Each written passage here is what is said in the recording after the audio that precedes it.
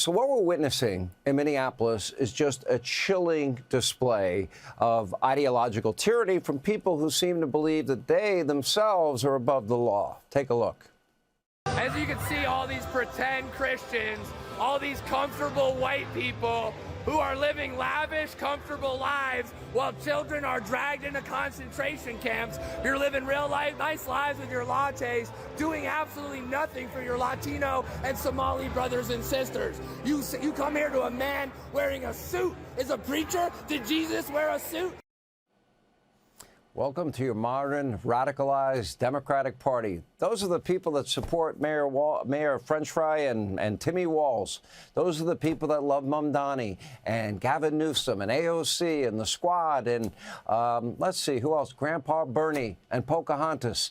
That was inside a church during a church service, apparently hunting down someone they thought had ties to ICE. Failed fake news CNN host Don Lemon was somehow there to capture it all. With opinion. Take a look.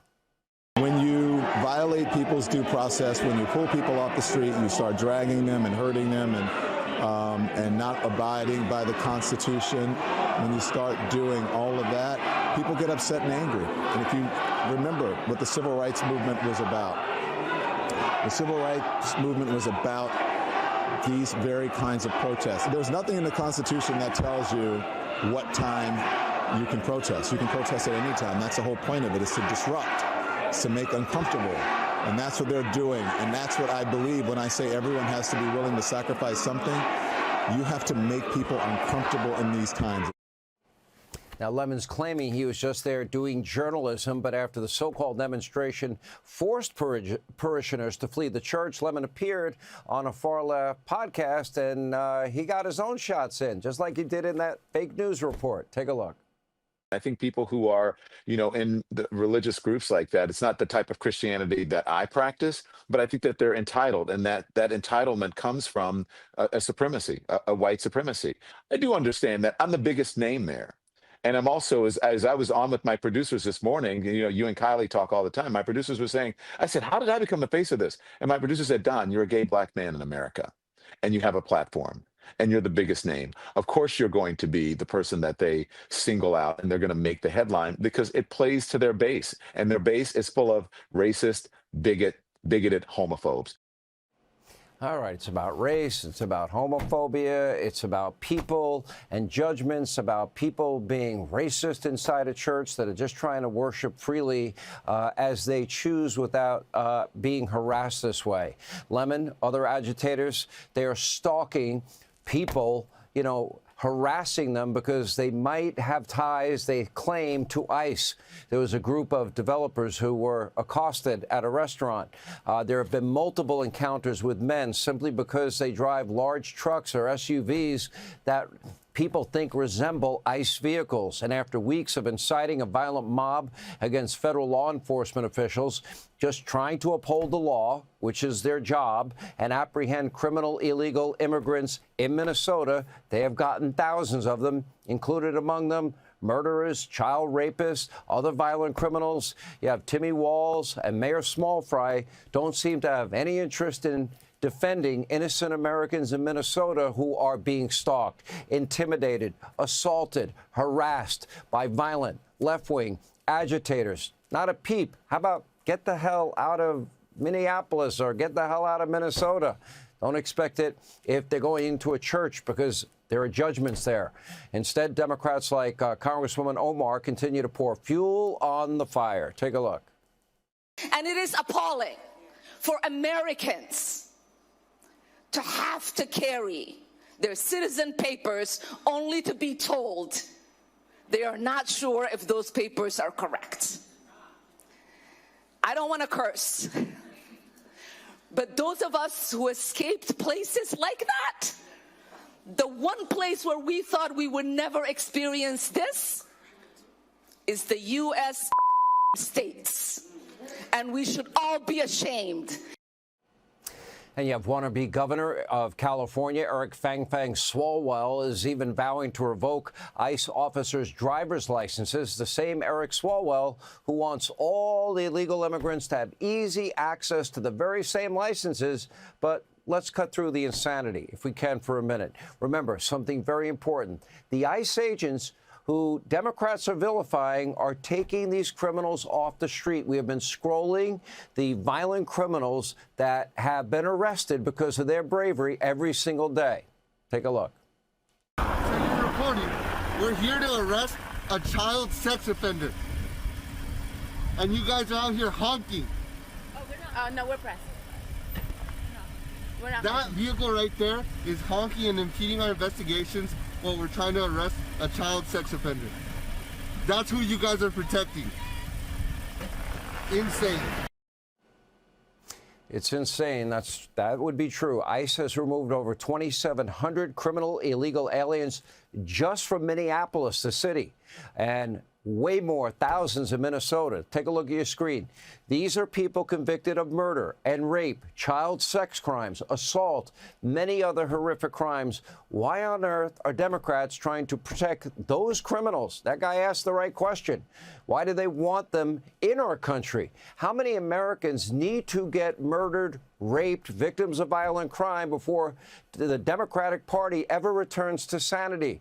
And get this, many on the left, including in the legacy media mob, are now comparing Border Patrol Chief, Greg Bavino to a Nazi. Nothing new. That's their favorite go-to. Why? Because he's walking around outside in the freezing cold in Minnesota wearing a long overcoat. Yes.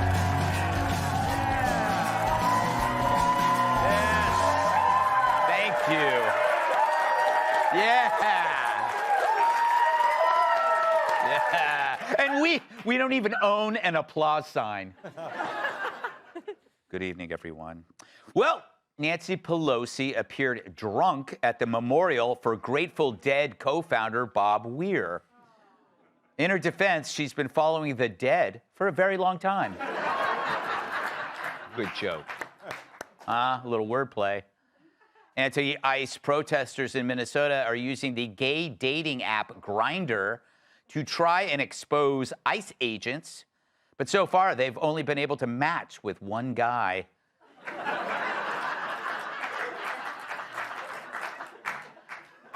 Today is Martin Luther King Jr. Day, which means the only federal institution open today would have been Bill Clinton's pants. What? Yeah, that never closes. The mayor of Jackson, Mississippi, signed a proclamation declaring Kamala Harris Day to honor all of her accomplishments. They're calling it Cinco de Drunko. And it will take place during Blackout History Month.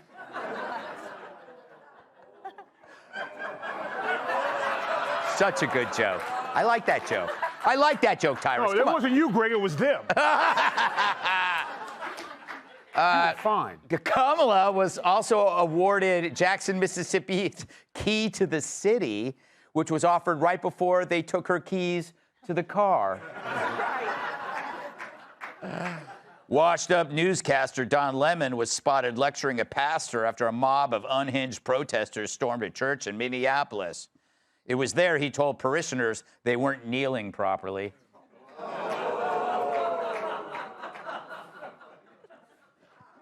Gotta put your back into it.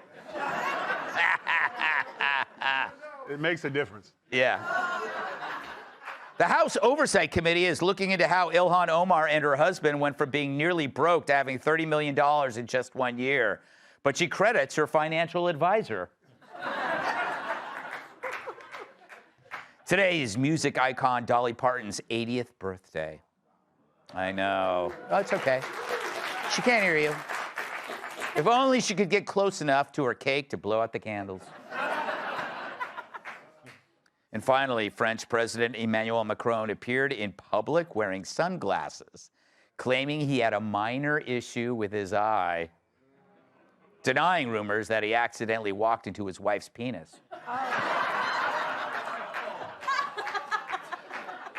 By the way, didn't she have the minor issue? Yeah. Yeah, thank you. Okay. So as the chaos continues in Minneapolis, you can't help but notice some glaring contradictions. For example, the inventors of safe spaces now bum rush a church. Those who decry fascism now hunt down strangers, while those who claim to champion women's rights defend those who abuse them. And now those who condemn homophobia are threatening to out any ICE officers using gay dating apps. See?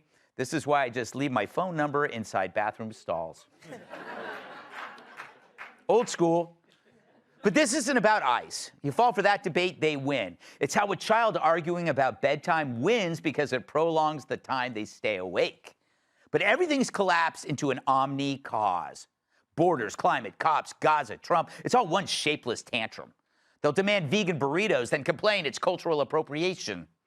Because outrage is the point. And who's the major presence at these lunatic protests?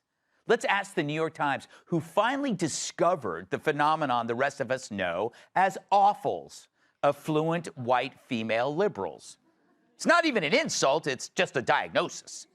Sure, we had protesters decades ago, mostly young people acting out before paying the rent kicked in. But now you're seeing middle-aged women, some with kids, yelling at cops, invading churches. And you're left asking a basic question. Why are they screaming at strangers instead of home screaming at their brats? Oh, thank you. Thank you. I agree. Applaud. The media blames it on men moving to the right, but men haven't gone anywhere. Instead, women have moved radically leftward at a scale and speed with no modern precedent, while men have remained largely steady and unchanged. So this looks less like politics and more like a delusion. It's a fantasy where women play the rescuer, because in real life, that role is gone. And to fill that role, a rescue fantasy, full of attention and accolades. It's a non-spiritual response to a spiritual need. So why is this happening now and not way back when? Because something happened. Society systematically stripped away actual female authority, especially the role of women as moral anchors, advisors, leaders in their own communities. And in its place, they were sold a lie. That meaning itself was meaningless unless it came stamped with activist approval. Family, motherhood, love, faith, that's pointless. And it couldn't have happened without a complicit media. Powerful women in newsrooms who glorified revolution, but who only protest when affordable housing creeps near their Hamptons beach house. Now you see women LARPing as saviors, who feel less sympathy for their relatives than strangers, many of whom are criminals. Normally, there's a hard stop. It's kids. If you have them at home, you don't normally decide to charge a line of federal agents. When that line disappears, it's a clue that the brainwashing is complete. The affluent white female liberal isn't just awful, she's aimless, because the left's phony empowerment marginalized their real power. Their self-relevance was stripped away and replaced by a savior complex. As government expanded its role as provider, theirs shrunk. So what now? Well, women need guidance. Men got it already with the rise of the internet dad. Jordan Peterson, Elon Musk, Scott Adams, Mike Rowe, Joe Rogan, Adam Carolla, Tyrus, Tom Shalhoub. Guys who told young men to build, work, fix, and take responsibility, to focus on service and not ego. Maybe it's time for the internet mom, a woman who shows other women the way out of this spiritual dead end. Screaming at cops, invading churches, blocking traffic, that's not empowerment, that's exploitation. So internet moms, your time has come and the country needs you. So join us, because like pregnancy, men can't do it alone. Let us welcome tonight's guest. He looks like the guy who tells you to have his daughter back by 10. Fox News contributor Tom Shalhoub. She's got a black belt in Taekwondo and how to make more dough. Financial analyst Heather Sabataga. She was a former Raiders cheerleader and has the arrest warrants to prove it. Outnumbered co-host Emily Campagno. And true story, he was once tag teamed by all 4 Golden Girls. Former NWA World Champion and host of Planet Fire.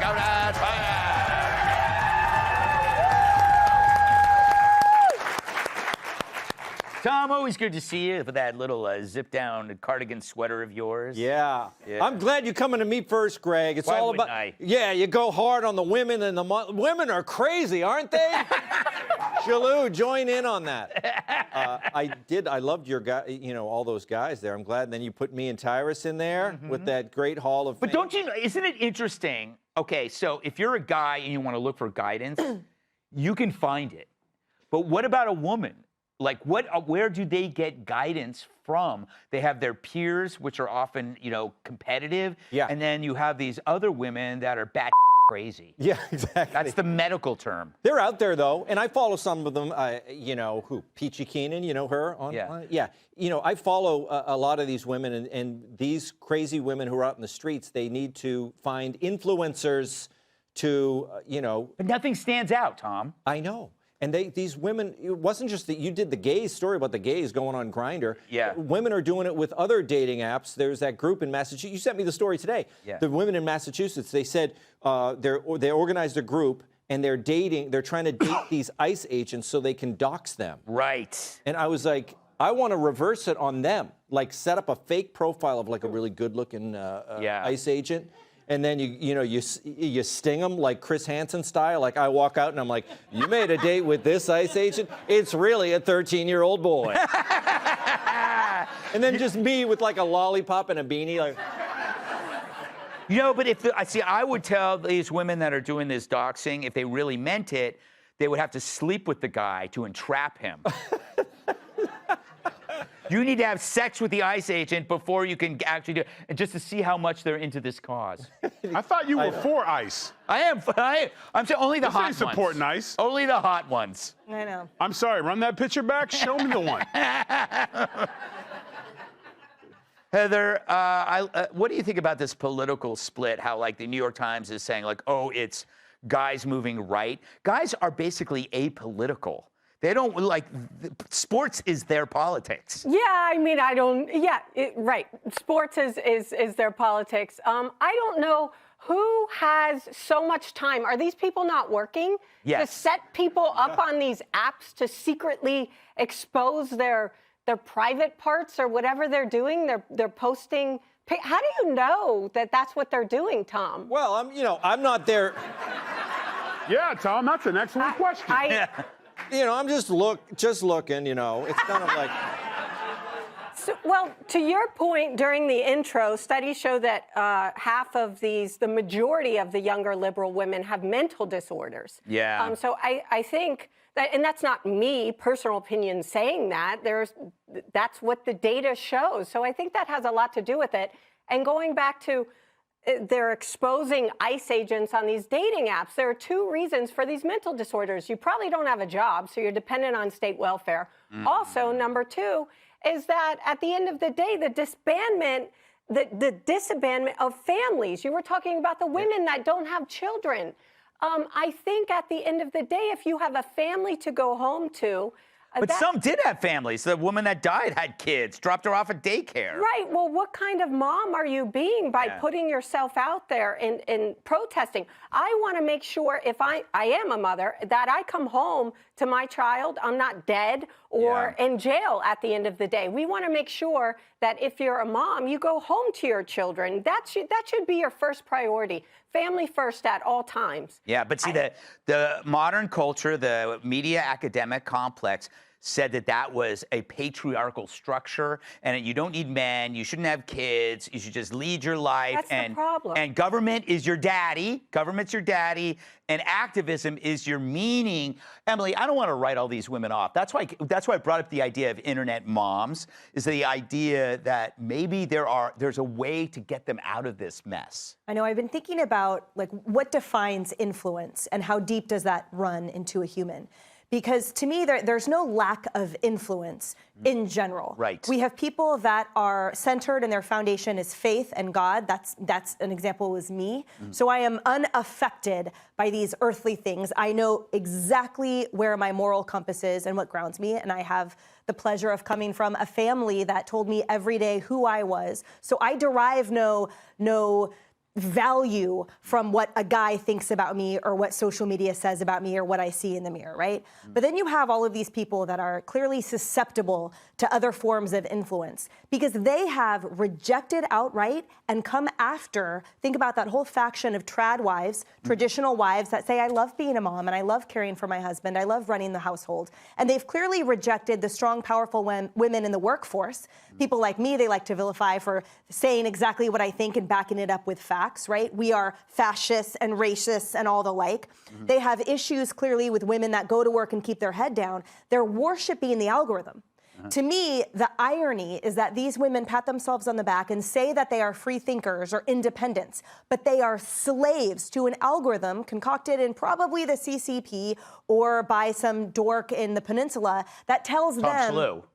Tom Shalhoub, that tells them this is what you should be standing for. This is a very good point, that this could all be driven by China to split us apart. And I know people have talked about that.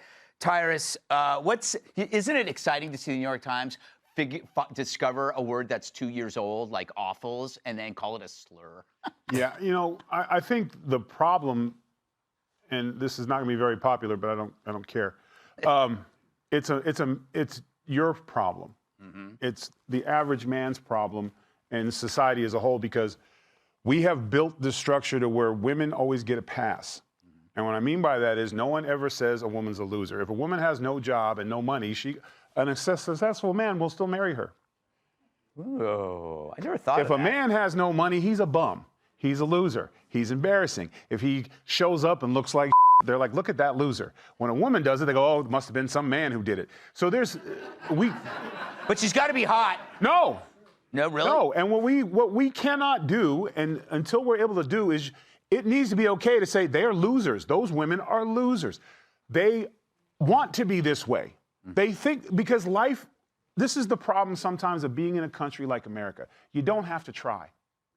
You can live in any fantasy you want and act any way you want, and especially women, because no matter, they don't get the same prejudice or attack that men do in terms of status and stature and where you're at. If you're a 60-year-old man and you still live in a small apartment, sorry, Joe Mackey, and you don't have a car, other men will make fun of you. Yes. Women won't date you. But if you're a woman in a small apartment and with no car, some dude's going to save you. So there's a very different, thank you.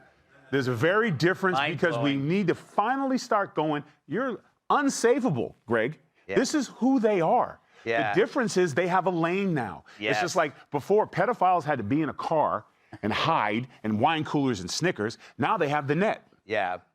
They all now go places together and people will give them money to stand around and act upset. Yes, like the people in front of our building. Yeah, so they're performative art with no consequences. But here's the beautiful thing. Yeah. Any one of those women gets on a treadmill, gets some extensions, and maybe some stuff, and some man will rescue them. All right, that was mind-blowing. I'm going to repackage that for tomorrow on the 5. Nice. Hey, Sean Hannity here. Hey, click here to subscribe to Fox News YouTube page and catch our hottest interviews and most compelling analysis. You will not get it anywhere else.